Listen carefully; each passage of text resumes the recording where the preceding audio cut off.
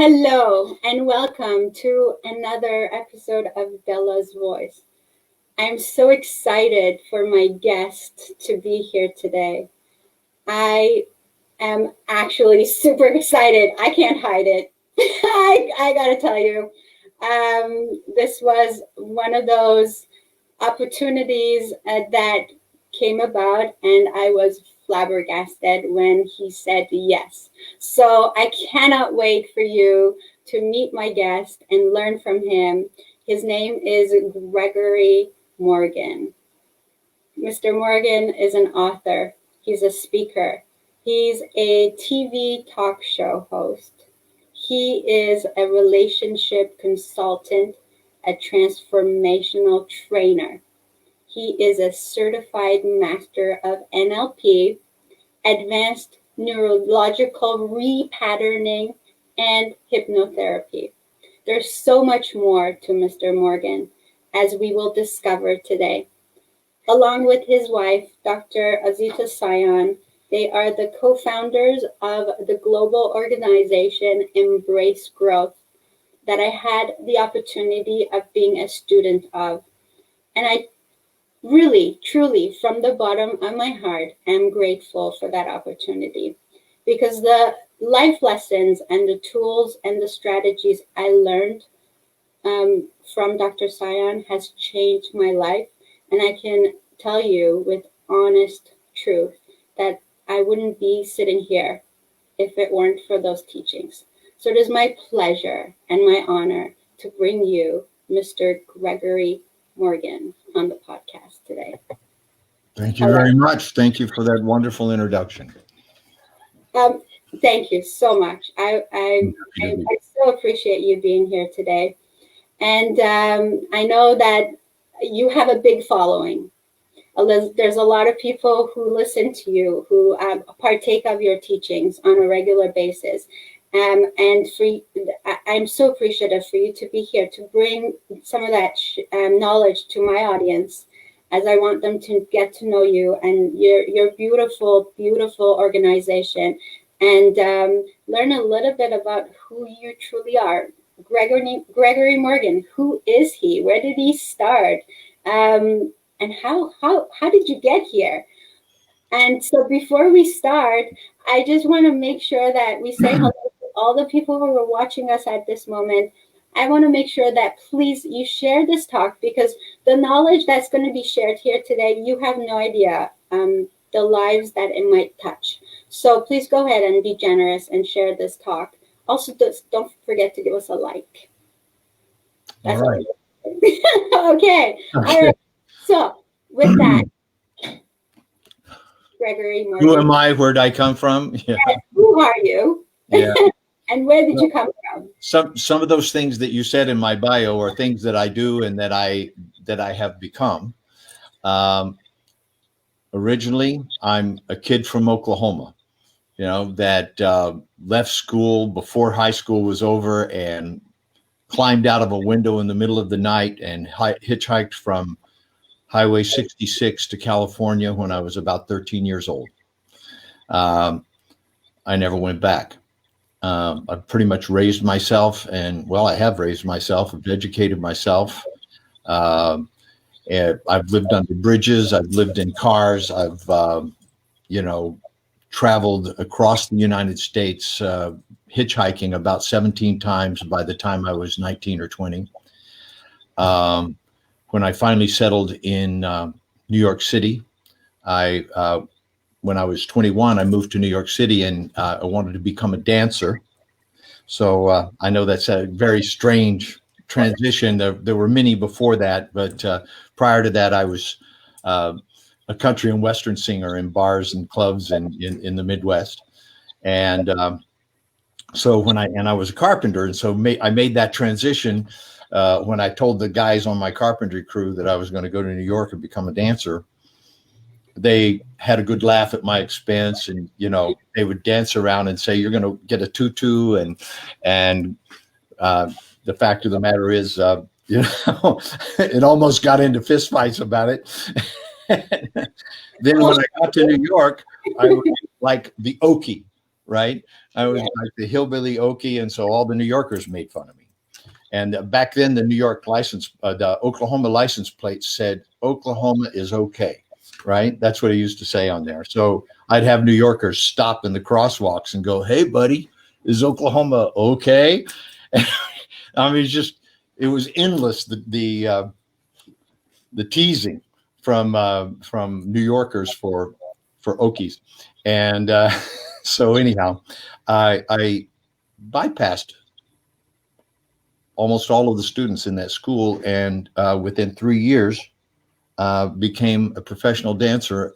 Toured the world, and I performed over 200 shows a year with the Nicolai Dance Theater. I eventually left New York and moved to Paris, where I opened a school of dance and theater and martial arts. While I was in New York, I studied acting at the Herbert Berghoff Studio, Stella Adler. At the time when people are gonna find out how old I am, with when Al Pacino and Dustin Hoffman and those guys were there, De Niro.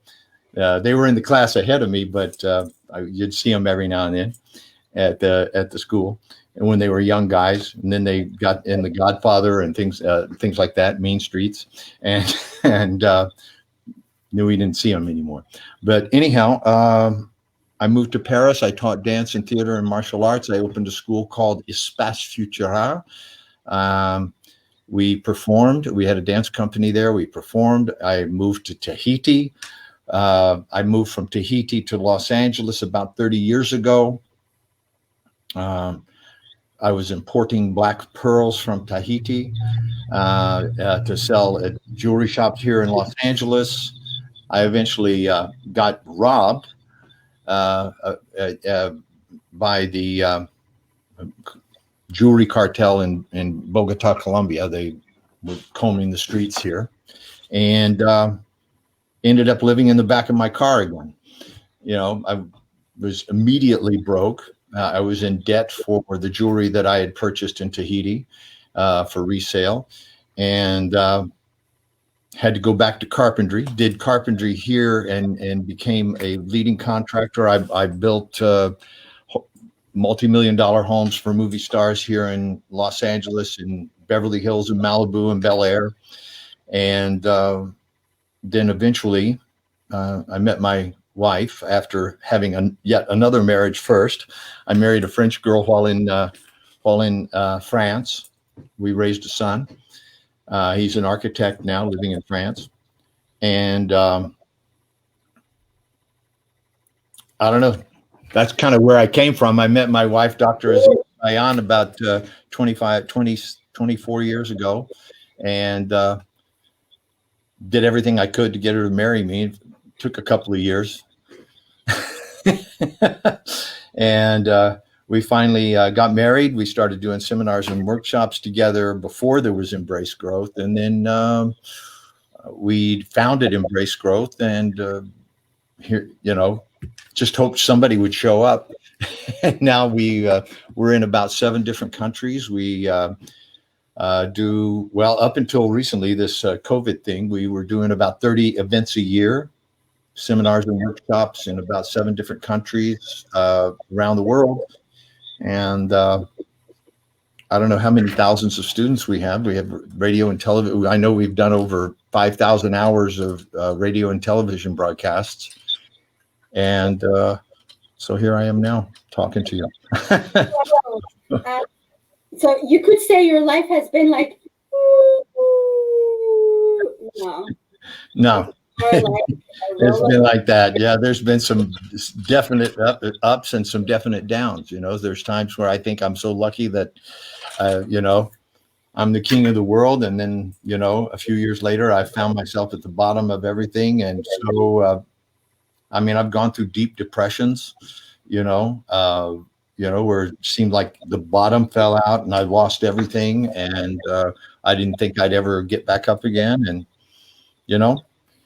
it's interesting because recently, some people know, some people don't. I'm currently in a wheelchair. I was recently in a motorcycle accident and almost lost my left leg. They've managed to put it back together with a bunch of metal and things, and they say I'll walk again on it. It is getting better all the time. But there was a moment just a couple of months ago where I was basically found myself leaving my body and fighting to stay in the physical world. And, fighting the possibility of them saying that they might have to amputate my leg. And so now I'm home. I'm very happy. I can tell you that I can get up and hobble around, and that by the end of August, I should probably be walking on both feet again. Amazing. What's the biggest lesson you learned from this? Wow. It's hard to say what the biggest one is, but You mean there's more than one? well, yeah, there's it ran very deep in the sense that I was brought to tears, and still am if I just think about it, by how much I'm loved. Sometimes we have no idea who loves us. There's people that I just thought of as acquaintances, people that I knew, and I cared about them in some kind of distant, detached way. But when I found out how devastated they were at the possibility that I was hurt, and they've expressed so much love and so much generosity to me that it just blows me away. So I think the biggest lesson, is that we probably take for granted every day how much we are loved by the universe, by the people in our world that we don't need, that maybe that we just see every day. There's people that do my dry cleaning that were devastated that I was hurt. People that you just don't even know. Not to mention the students and clients of Embrace Growth all over the world who've expressed amazing things to me. That if you even just had that one time in your whole life, one person gave you that much love, it'd be enough to knock you off your feet, and I'm just overwhelmed by it. So I think the biggest takeaway is please never take for granted, don't forget to let the people in your life know how much you love them. That's advice. So there's the comments are coming from people who love you and they think that you're an inspiration, and for sure, I mean, what you just said, I'm sure it's going to resonate with a lot of people. We do take that for granted, and thank you for sharing that with us. I want us to move along and go to the topic. I asked you to pick a title for the show, and you didn't hesitate, and you just said, but of course, it's going to be discovering your authentic self. And so why is that important? Why do you think that's important? Well, there's nothing like almost dying to make you get real about life. Right? Like get really real about like what really matters and who am I really. It comes to you, and sometimes it'll seem like I'm off track, but I'm going to say this as a background to what I'm going to say next, and that is in the original language that the Bible was written in, the word sin meant to leave the path. It just meant that you went off your path, right? Now, I'm a Taoist, and the Tao means simply the path, okay? The Tao just means the path, the way. It simply means the way. And it's not a religion. It's just you follow your way. And that's what I've been doing all my life before I ever heard of Taoism or any of that stuff. I just have been following my way. whatever the way would open up to me, I would follow that. Something would pull me, something inside that was unique and real and that I knew. You can call it your inner voice, you could call it your guide, you could call it your guardian angel, you could call it Frank. It doesn't care what you call it. You can call it God or Allah or Jehovah or whatever you want to call it. It doesn't care. It is who you truly are. And it's always been there.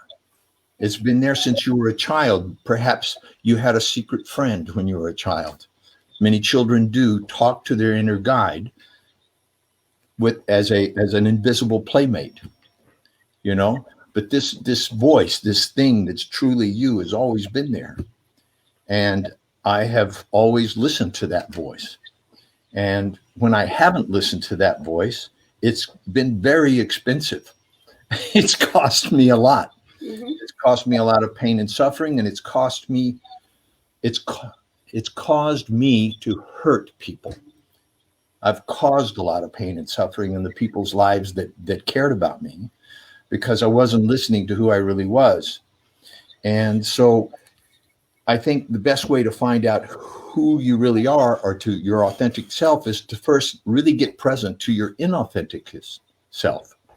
Get present to what a phony you are, how you're fooling people, how maybe you've had great successes in your life. And this little voice inside of you would say to you, well, I guess you fooled them, or if they don't, or people would tell you how great you are. And maybe some little voice inside would say, if they only knew, I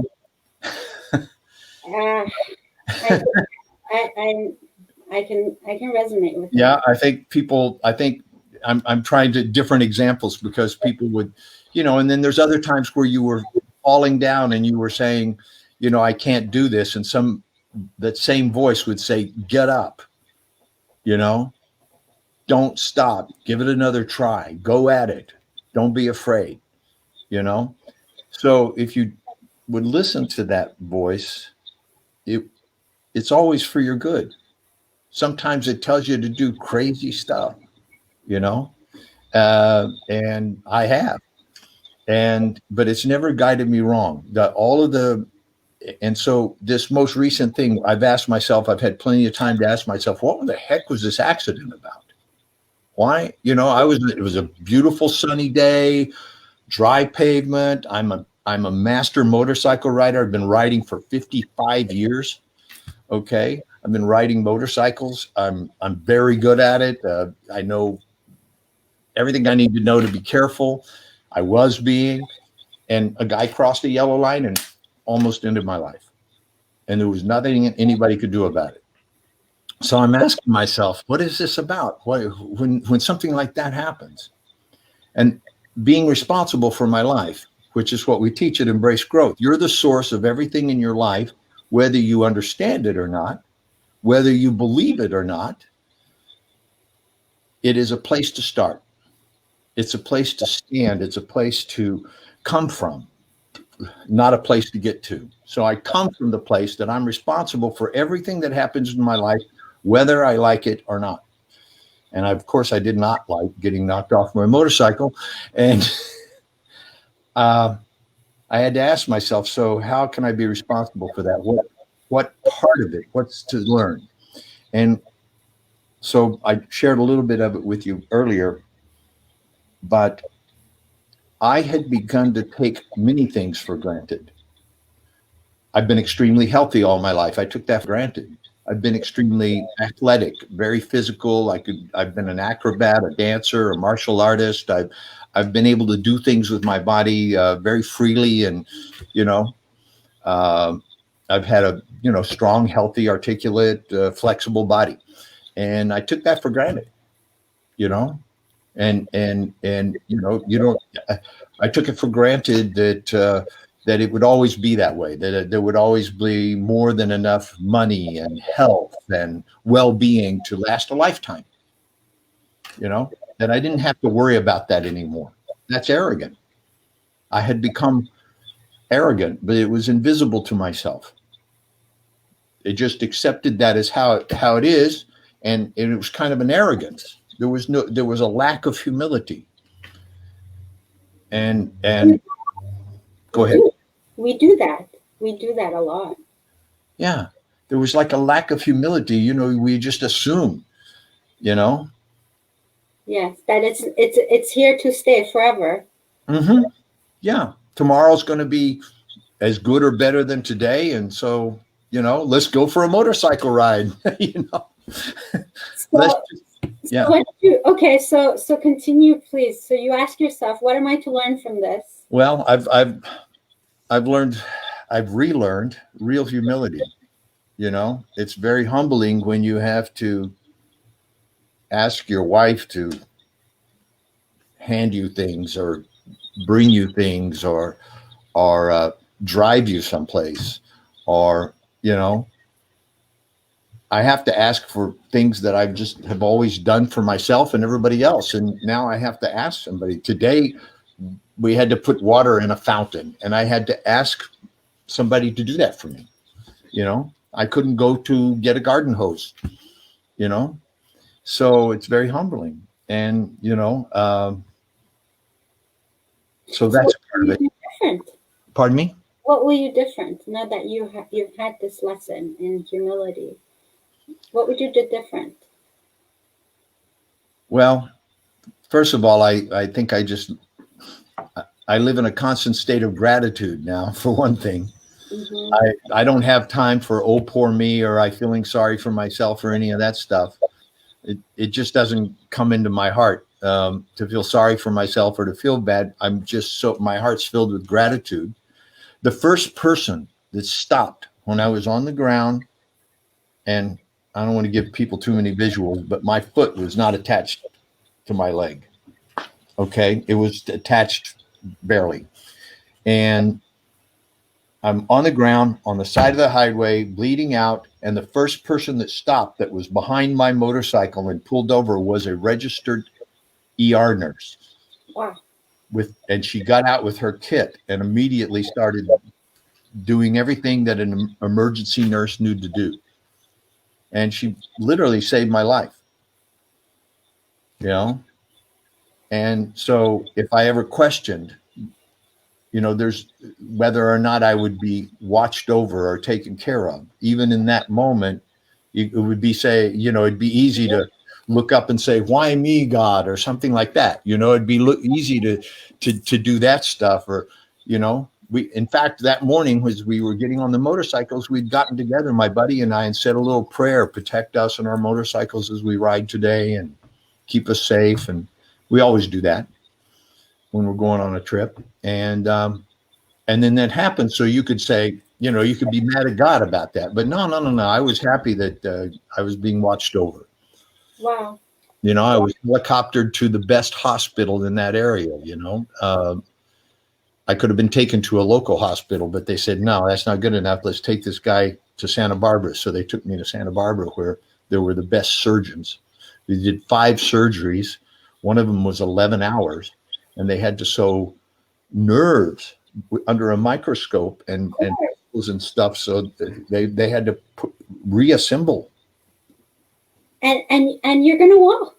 I mean, how miraculous is this? It's pretty miraculous. Right. And so what if it took this lesson, this big, huge lesson, to bring you back down to humility? Yeah.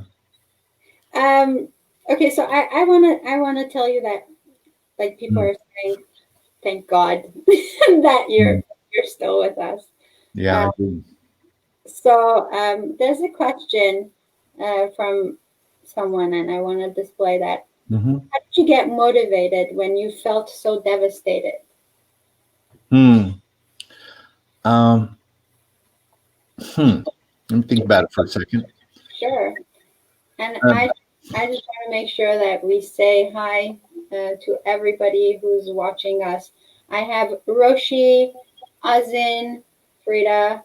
I want to see all the people who are watching. So thank you. There's lots of hearts flying. Awesome. Thank you, everybody, for watching. It's almost a trick question, and that's why it took me a second to answer it. How did I get motivated? Assumes that I wasn't already. Can you see that? It presupposes that I wasn't, and the reason it presupposes that I wasn't, it assumes that you cannot be motivated and devastated at the same time. Oh, that's interesting. Okay. Yeah, you can be devastated and highly motivated at the same time, right? But we tend to think that it's one or the other, right? I'm so devastated I can't get motivated, but in fact, you can be both at the same time. I learned, and you learned during our workshops, I'm sure, that you can share and cry at the same time. Mm-hmm. You could go through the most difficult thing in your life and still feel all the love in the world at the same time. So we're not just single focused people, even though males tend to be, one thing at a time kind of thing. But all of my training has trained me to the dance, theater, martial arts has trained me to be hyper aware in all directions, almost holographically. And so my mind works more of like a holograph. I can hold devastation in one hand and go, well, that's not me. I feel that, I can feel it. I have that feeling, but it's not me. It's just a feeling I have. It does not have me. Devastation does not have me. I can have devastation, but it doesn't have me. So I never got demotivated. And we're all capable of doing that. Mm-hmm. Yes, of course. If I can do it, anybody could do it. Right. And I'm like kid from Oklahoma. And so, and also part of becoming aware of being authentic is to be aware, to have that awareness that there is this higher power, that there is this, whatever you call it in your own life, God, Tao, Allah, whatever you call it, is there. And as long as you're on the path, mm-hmm. you are staying authentic. Well, yes. Yeah. Well, yes. And, if you ever, you might, to use your example, be off the path, or that example of being off the path, if you ever were to step off the path and let's imagine a path through the woods, it's easy to walk there. You get off of that path and it starts getting into the thick brambles, and, there might be critters or animals in there or something. So things could get rough, right? But there's a path that opens up before us in life, and it's actually the easy way. It's actually easier to be authentic than it is to be inauthentic.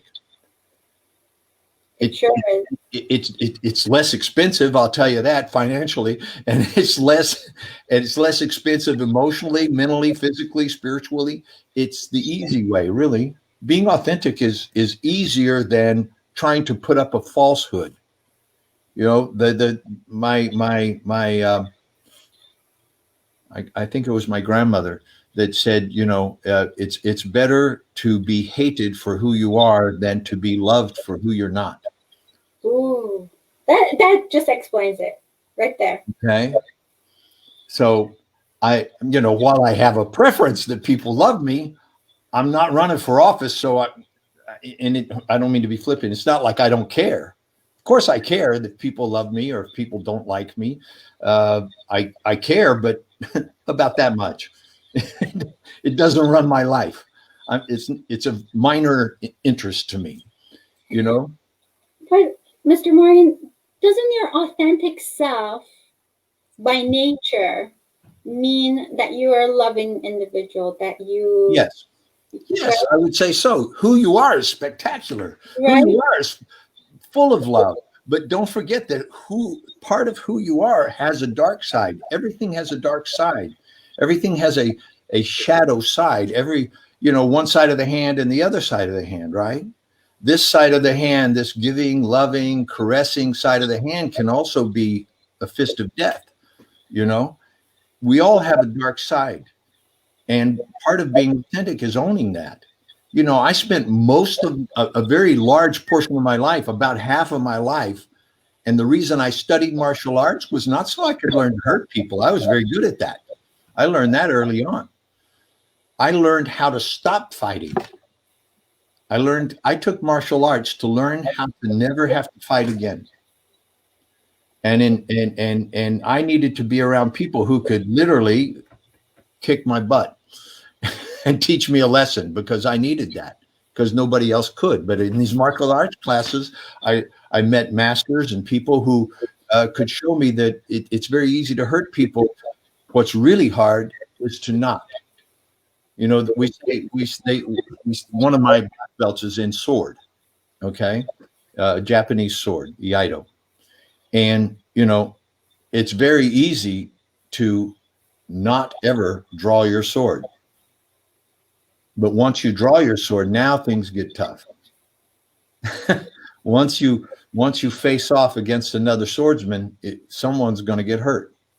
So it's easier to live your life in a peaceful way, and this is what I needed to learn. I needed to learn that, the cry of peace and love is one thing from a weak person that can't defend themselves. Okay. It may be a little inauthentic, in fact, you might say. All right. Peace, love, because they're weak and can't defend themselves. But to a warrior, to somebody who very well can defend themselves, to ask for peace is a whole different thing. To live for peace, to stand for peace, when you're in a powerful position. So I could not have got to that place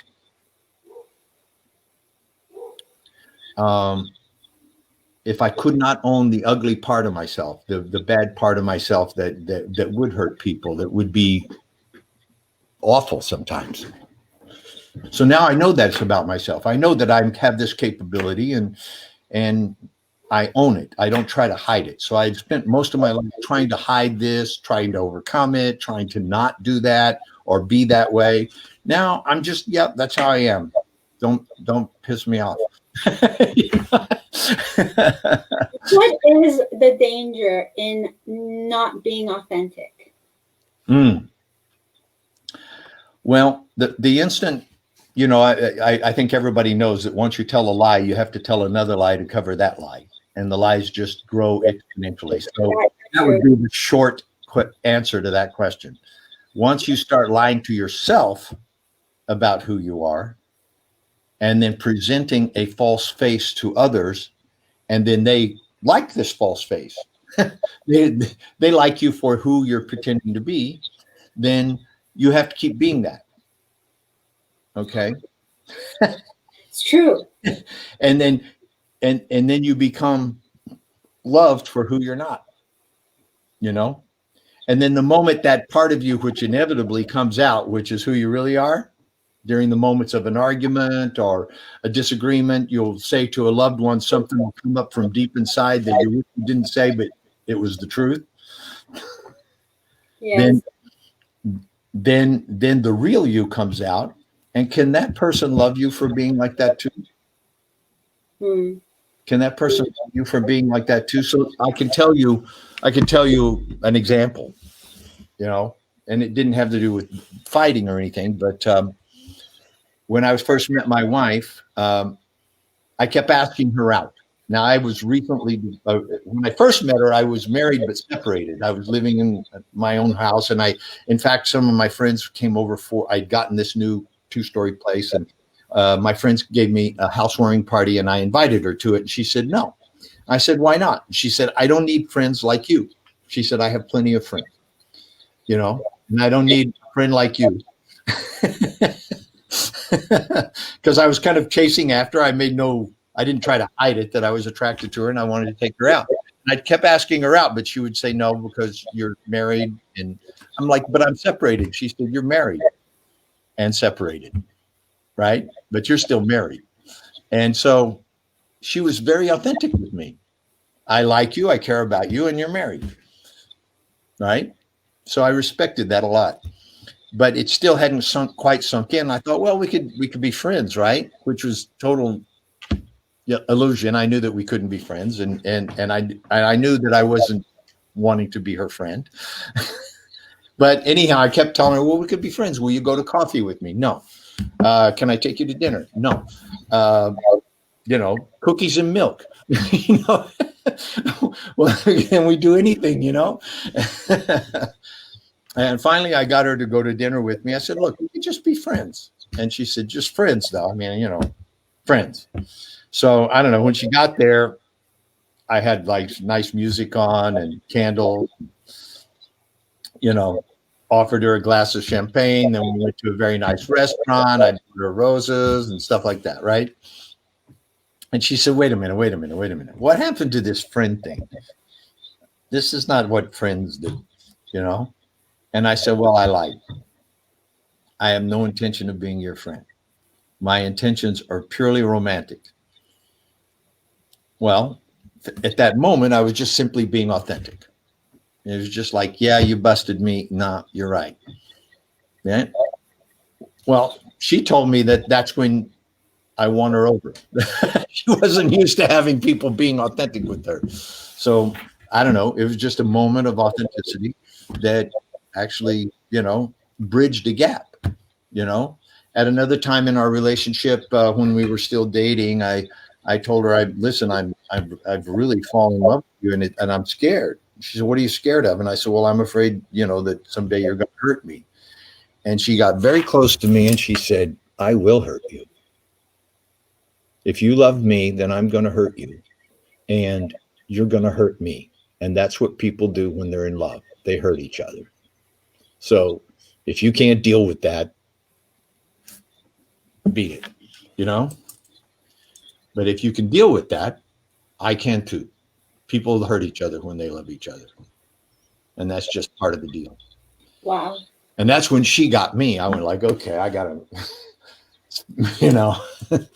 because nobody had ever been that straight with me. Yes. And she spoke a truth that was, now when you think about it, when you hear me say it, that's true. Yes. It's one of those truths that, of course, everybody sort of knows that in the back of their head, but they play along. They're inauthentic about their relationship to that. You know that if you love somebody, you're going to get your heart broken. Everybody has. I don't think there's anybody listening to this or watching this that hasn't had their heart broken. Mm-hmm. Yeah, you love people, you're going to get your heart broken. Are you going to get back up and love again? Are you going to make that your entire story, or are you going to make it part of your story? Yeah. What honor is there? What dignity is there? Spending your life trying to avoid being hurt. Yes.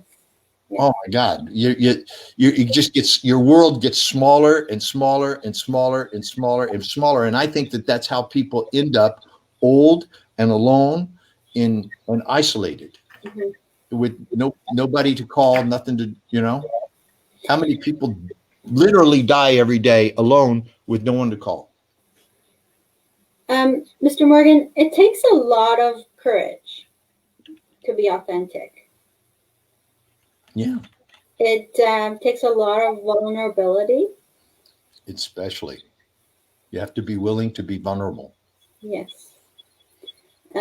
Would you say most people, not most people, I don't know if most people are not authentic, but most people who choose not to be authentic, are they afraid of not being liked? Yeah. I mean, I don't know. In my opinion, there's only two emotions, love and fear. Listen, two true authentic emotions, love and fear. And with love being really the only, love, in my opinion, is the only authentic emotion. Everything else is going towards fear, moving away from love. If it was on a spectrum with love over here and fear over here, there's love. You've never been not in love. The nature of the universe, the nature of God, or whatever you want to call it, is love. that's its nature. It is for you. It nourishes you. It protects you. It's who you are. How you come into the world, and it's where you return to. It's the essence of our beingness, and everything else is a derivative of that and moving towards fear. Now, there's certain things that you should be afraid of, right? You should be afraid of motorcycles. Yeah, me too. You should be afraid of motorcycles. That's a good thing to be afraid of. Okay? You should be afraid of jumping off a cliff. There's things you should be afraid of, right? You need fear. You need, like, when it's that natural instinct, right? Right. Fear is a signal from your subconscious that there is something you're not prepared for. Okay. Now, I'm not afraid of motorcycles because I'm prepared for it. I'm prepared for whatever might come up. I wasn't prepared for what happened that day. Mm-hmm. And I don't think anybody could be, but it doesn't. Think of something that you're not afraid of that other people are. Snakes. Huh? Snakes. Snakes? You're not afraid of them? No. Have you ever had an experience? No, I've never been stung by a snake. So okay, but have you seen snakes? You've had. Yes, I've had them around my neck. And it didn't hurt you, right? No. So that's something that your neurology, your mind and your emotions and your nervous system is ready for, right? Not everybody would put a snake around their neck, right? But you did because you're somehow okay with that, right? Now, I've done that too. I've had them crawl on my arms and stuff like that. When I was a kid, I'd catch them and we'd keep them and they'd crawl on us and we thought they were cute. So I'm not afraid of snakes either. But there's certain snakes that you should be afraid of. Yes, like cobra. Right? Yeah, you should be afraid of those. And you need to learn to identify them. Yeah. Right? If you saw a garden snake, a harmless little garden snake, and thought it was a cobra and you hurt the snake, that wouldn't be good. Or so forth, right? Or if you saw a cobra and thought it was a garden snake, that wouldn't be good either. So there's certain things that you need to be knowledgeable of, experience, and then you're not afraid of them anymore. Mm-hmm. I know people that are afraid of climbing up a 3-foot ladder, to get something off the top shelf. Mm-hmm. There's people that are afraid of that. And then there's people that will walk on a tight wire between two buildings, Yes. Because they're prepared for that. They didn't start up there. They started on a tight wire 1 foot off the ground. Yes. Yes. So what kind of fear are we talking about then? Because that's not the fear we're talking about. The other emotion to love. Well, we have a fundamental fear. We all share something that came up for me during that motorcycle ride accident as well. We all share something in common. Okay. We've all been in a womb where we were completely warm and protected and loved, and we were cuddled by our mom, and food was being piped in every day, and you had nutrients and everything, and you had to do nothing except just be there and be nourished. Right. And then one day you got turned upside down and the floor dropped out.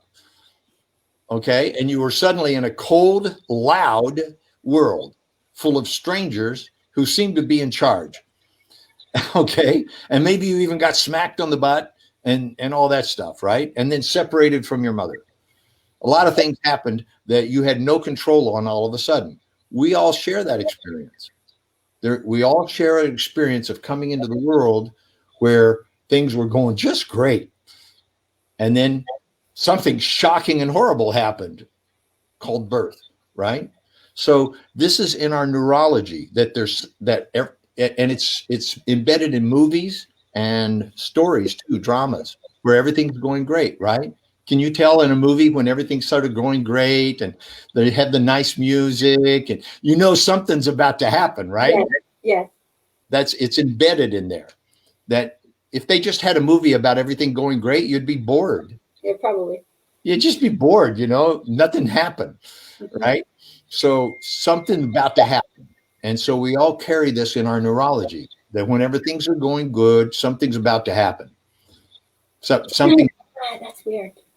Okay. It's embedded. And then for those of us who were nourished by breastfeeding, right? There was a time where you had this powerful relationship with your mother that was sensual and delicious and warm and nurturing and all of that. And then one day that stopped. Okay, that ended. And but during that time, you may have thought this will go on forever. This is life. This is how it's supposed to be. My life. This is my experience of life. And then that experience got ended. So we all have experiences where something was going really great, and then something interrupted that, or you had what I call a break in belonging. You belonged. You were part of all that is. You were just one with the universe, so to speak. Okay. And then you got separated or fractured or fragmented, broken into other pieces. Now, all of a sudden, there's me and mom's over there. There's me and the world outside of me that is filled with all these people who are not me. Right. There's all these experiences that I don't have any control over that influence my life. And so we have this mental, physical, emotional, spiritual, psychological hyper alertness that something's about to happen. Okay. And in other words, we are no longer belonging. You feel apart from or separate from all that is. And I could use another word for all that is. I could call it God. I could call it the universe. I could call it life itself. You're separate from life itself. So you are afraid of life because you're not a part of it. So when you start to move towards it being authentic and being a part of life, that means owning your fear, owning your anger, owning your disappointments. When I say owning it, I mean, yeah, that's me. So what? Right? Mm-hmm. Yes. I got that. Right? Yes. I'm not tall enough. So what? I'm not rich enough. So what? Mm-hmm. I'm not good looking enough. So what? That makes such a big difference, right? And you see a lot of people who have so many challenges, and despite those challenges, they accomplish so many different things. Like I heard of a woman who lives in Pakistan, and she had no legs, and she still climbed Mount Everest. I mean, that's amazing. Just mind-boggling, right? Mind-boggling. Yeah, I can't even imagine physically how you would do that, but okay. Yeah. She did it. The name is it escapes me. But okay. But you hear about amazing, miraculous things that people do is because they say, so what? Like, now what? So I think the question is, why me? That's the wrong question to ask. I think the right question is, now what? Very good. I like that. Yeah. Now what? Yes. Yeah. So what can I learn from this? What is the lesson here? How can I integrate this into my life? Because I come from that, and I truly believe this, and my life is evidence of it. Everything that has ever happened to me has been for my good. Horrible things have happened to me. I've been shot at, stabbed. I've done terrible things to people, and they've done terrible things to me. I've been hurt, hospitalized, all kinds of stuff. I've had bad stuff happen throughout my life, but it's never defined me in a negative way.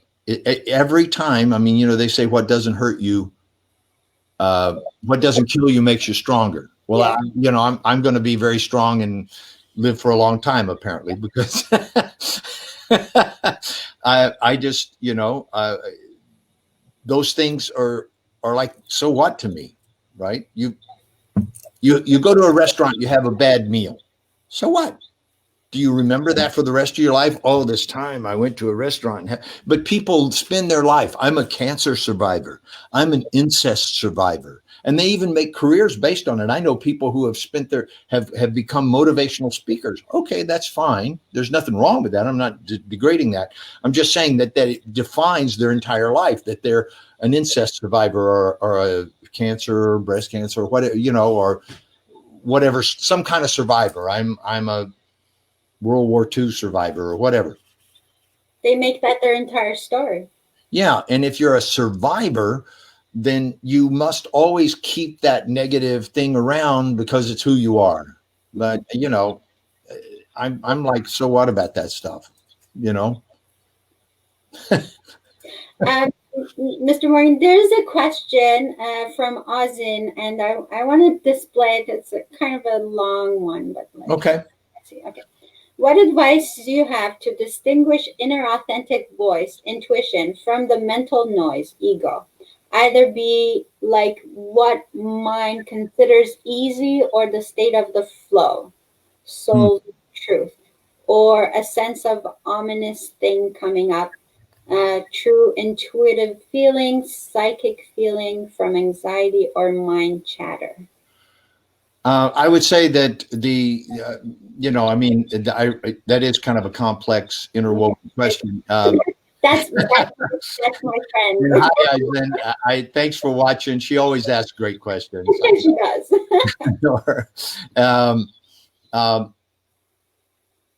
Probably the simple short answer is that, we do have sort of a negative voice that says, oh, you stupid, or you dummy, or watch out, and injects you with some kind of a fear thing.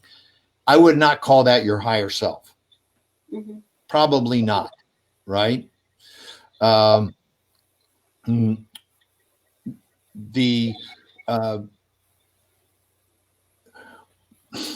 intuitive voice is very quiet.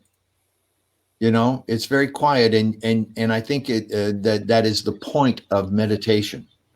The whole point of meditation is to quiet that ego mind, that conscious outward focused mind, to focus it for a while inward, and to sort of turn up the volume, if you will, on the inner voice, the quiet voice that you have to learn to listen to.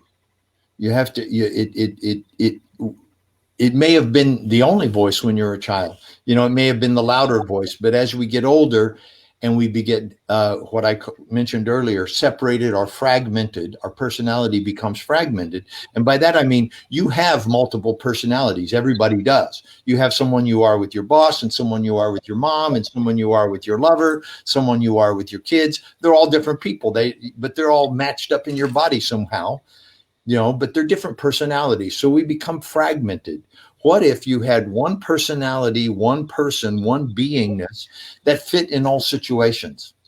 Oh, life would be so simple. Simple? That's what I'm talking about, becoming your authentic self. Yeah. You could talk to kings and presidents, or a guy bumming something off the street, or someone threatening you with violence. You could be the same with all of them. Can you practice that? Is there a way again, I'm going to point towards meditation because that's been my access. Mm-hmm. Okay. That and very intense experiences, some of which I have sought out myself. In other words, I'm the guy that will go jump out of an airplane and then say, ooh, let's go do it again. I'm the one who would go to a martial arts class and spar with black belts and get my butt kicked so that I could learn something and go, okay, let's do it again. I'm the one that would leave home at 12 years old, 13 years old, and hitchhike across the country and then do it again, because I would seek out intense experiences, and it would be so humbling and so overwhelming that you had to listen. You had to listen to the inner voice in order to just survive the moment and to handle the fear, just like, what would you have me do? Just humbly ask, What would you have me do? You know, and what should I say? Before I came on here today, I just asked my inner spirit to say, please speak through me. What would you have me say? At one point in my life, I did become aware that I needed to become more authentic. Mm. And so what happened was, I think my higher power spoke to me through a free seminar ticket. Yeah. To Dr. They do that sometimes, yes. Yeah, it's funny. So I took that ticket and I thought, I'm going to go and I'm going to learn something. Yeah. And I had no expectations. I just showed up and my life changed as a result of that one little whisper. And so I will forever be grateful for that, to that person who gave me that ticket. But I want to say that sometimes we need a helping hand, and that's why coaching becomes so priceless. And yes, that's what you do through Embrace Growth. Yes. And, if there's anything at all that I want to leave people with this talk is that there is help out there. If you're suffering, if your life is not where you want it to be, if you think you're meant for so much more, and you can have so much more joy in your life, the help is there. There's people who can help. So can we just do a little shout out to Embrace Growth and the programs that are offered there, please? Yeah. We do the seminars, and the most, what I'd really like people to know is this weekend, starting tomorrow, there is a Be Extraordinary online workshop at Embrace Growth. You can call the office or go on our website, which has been going under your screen. But the office is also, I'm going to say it, so get a pencil, 310-460-2600. And you can call and register, or you can register online. It's easy. For this 3-day workshop. The first one is Be Extraordinary. And I told them I was going to, I wished I'd have done it. I said I was going to write it all down so I would remember, because I knew that I would forget. Do you know the names of the 3 workshops that?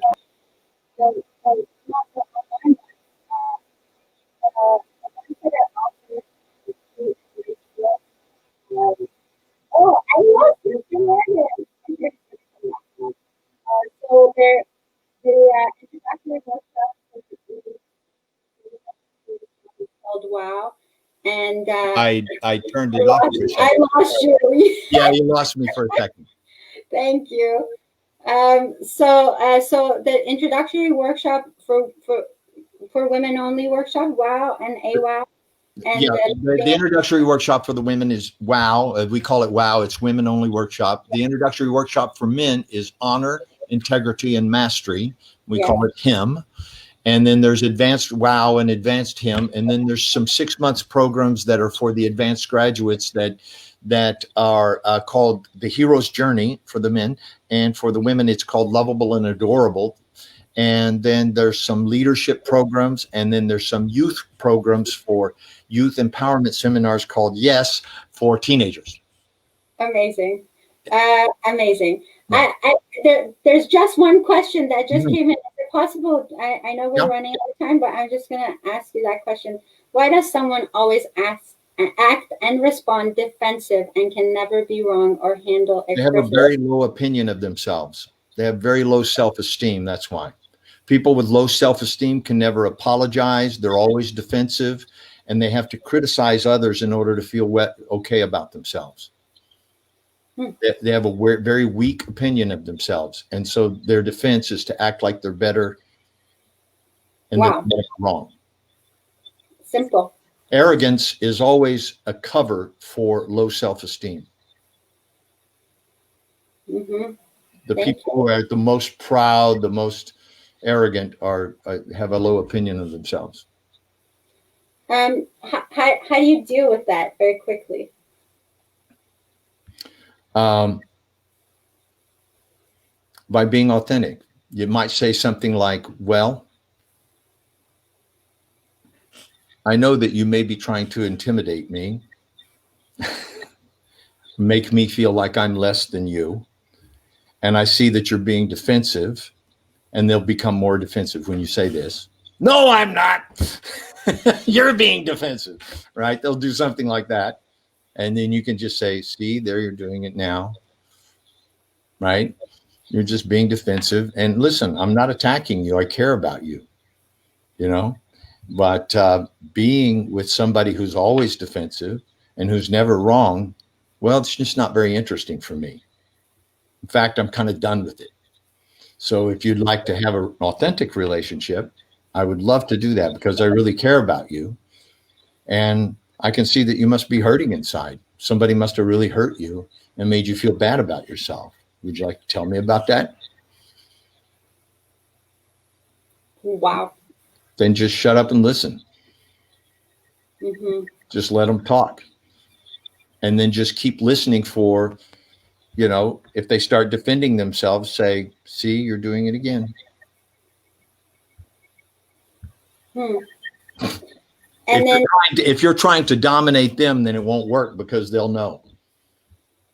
You know, most of relationships are revolving around who's going to dominate the other, who's going to win, who's going to be the one on top. Those are power struggles, you know, and, you know, they're the antithesis of love. It's the opposite of love. When you're in a power struggle with someone, you're not loving them.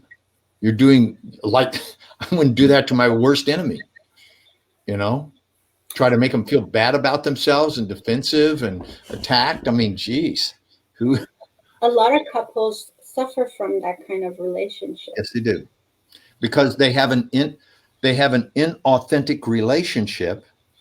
I'm going to say this twice because it's hard to get with reality. They have an inauthentic relationship with reality. Okay. And the reality is there's nothing but love, and it's never been any further than the skin on your, you know, it's been closer to you than your shirt. You've never not been in love, surrounded by it. And to pretend that you have to get some love is inauthentic. To pretend that you have to do something to get someone to love you is completely inauthentic. You'd have to lie about reality. That'd be like, I don't know, a fish saying, what water? There's no water. I have to get some water. The whole time they're swimming in water. Yeah. It's like they're made out of water. You know what else? I think then you might also be at the risk of living for the rest of your life with the people-pleasing illness. Well, yes, there are people like that, right? They often become nurses and ambulance drivers or something. I don't know. No, but seriously, or grandmothers. And that you always forever will say yes, ma'am, yes, sir, forever, because you don't. Yeah, because you're afraid of losing you're afraid of losing that love is not love. Which isn't love. It's not love anyhow. That's why I mean they have an inauthentic relationship with reality. The reality is that is not love. Yes. And it doesn't take a genius to figure that out. Just look, you see, it's plain to see. That's not love. You can fight for it. It's not love. It's so good. You know, if you got to prove yourself, that's not love.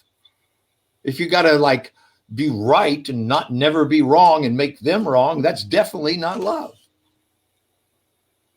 Love is allowing somebody to be exactly the way they are with all of their ugliness and their warts and all of their beauty and magnificence, and you know, always encouraging their magnificence, acknowledging, being grateful for their magnificence, doing things to let them know that you see it, you know, and then those ugly parts of them, to just call it like it is. Say, you know, when you do that thing, I don't like that. It hurts my feelings. You know, it makes me lose a little bit of respect because you're better than that. You know, and I want to respect you because I love you very much. But when you do that, it's not very, very honorable. Don't do that. Oh, It's to simple. that so we See can how easy that is? it's so easy. It's so easy. That's why I said earlier, having an authentic life, while it may take courage, is so much easier. Yes. It's You so can easy. complete a conversation in a few honest sentences instead of spending a lifetime that other way. Oh my gosh. Okay, this is exactly why we need coaches, right? I mean, Yeah. a coach can see us from outside, can direct us in the right direction. They can show us things we don't necessarily see. Yeah. So Well, that's their job, right? yeah, To that's tell you things that you don't want to hear, see yeah, things that you don't want to see, so you can do things you don't want to do yes, and be who you want to be. yes, and who we want to be. Exactly. Yeah. That's thank you. Thank you Yeah. so much. We're like officially out of time, but Yeah.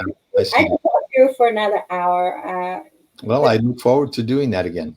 This is amazing. Thank you. I want to appreciate you. I want to acknowledge everything you do, everything Dr. Sion does. It is my wish and my dream to interview Dr. Sion on Della's Voice one day, and I hope that would happen. We'll put a bug in her ear. I was hoping one of the reasons I wanted to do this at our television studio today was because she might pop her head in. I'll try to do it at the studio next time. Oh my gosh. Okay, our viewer says thank you for that advice. Thank you very much. I know that this interview is going to touch so many people, whether they saw us live or they're going to watch this afterwards. I want to thank you for your time, for so generously sharing your knowledge, and thank you and Dr. Sion for Embrace Growth. You are changing lives all over the world and changing relationships. You are changing people. And that is a superpower that is so admirable. And I want to thank you for that. It's really an honor and a pleasure. Thank you. There's nothing I would rather do. In fact, it would be inauthentic for me to do anything else. Thank you. This was a great topic. I really enjoyed myself. And so please reach out to embracegrowth.com and register to one of those fabulous programs. The Be Extraordinary seminar is $300, and it's Friday, Saturday, and Sunday. It's from like about, I think it's 8 o'clock in the morning to 4 o'clock in the afternoon local time. And then there's a repeat of it in the afternoon for people who are on the other side of the world. So you can find out that by just clicking on Embrace Growth. You'll see Be Extraordinary. You can take all 3 days for $300, or you could take the individual days one at a piece if you want to, at a slightly higher price. Great. Thank you. Okay. I know some people who have taken that workshop and they loved it. We've got extraordinary feedback from it. Yeah. Well, some more. You want to be extraordinary. You don't want to be mediocre. You want to be extraordinary. Yes. Thank you. Thank you so much. Okay. I would love a chance to speaking to you again on Della's Voice. I would really contact me anytime. Thank you so much. Thank you. For everyone who's been watching, I want to thank you for your time. Take what you want and leave the rest. Make your life better by living your authentic self. Thank you for joining us. This has been another Della's Voice, hoping to spark your soul. Thank you so very much. Awesome job. Thank you. Good day.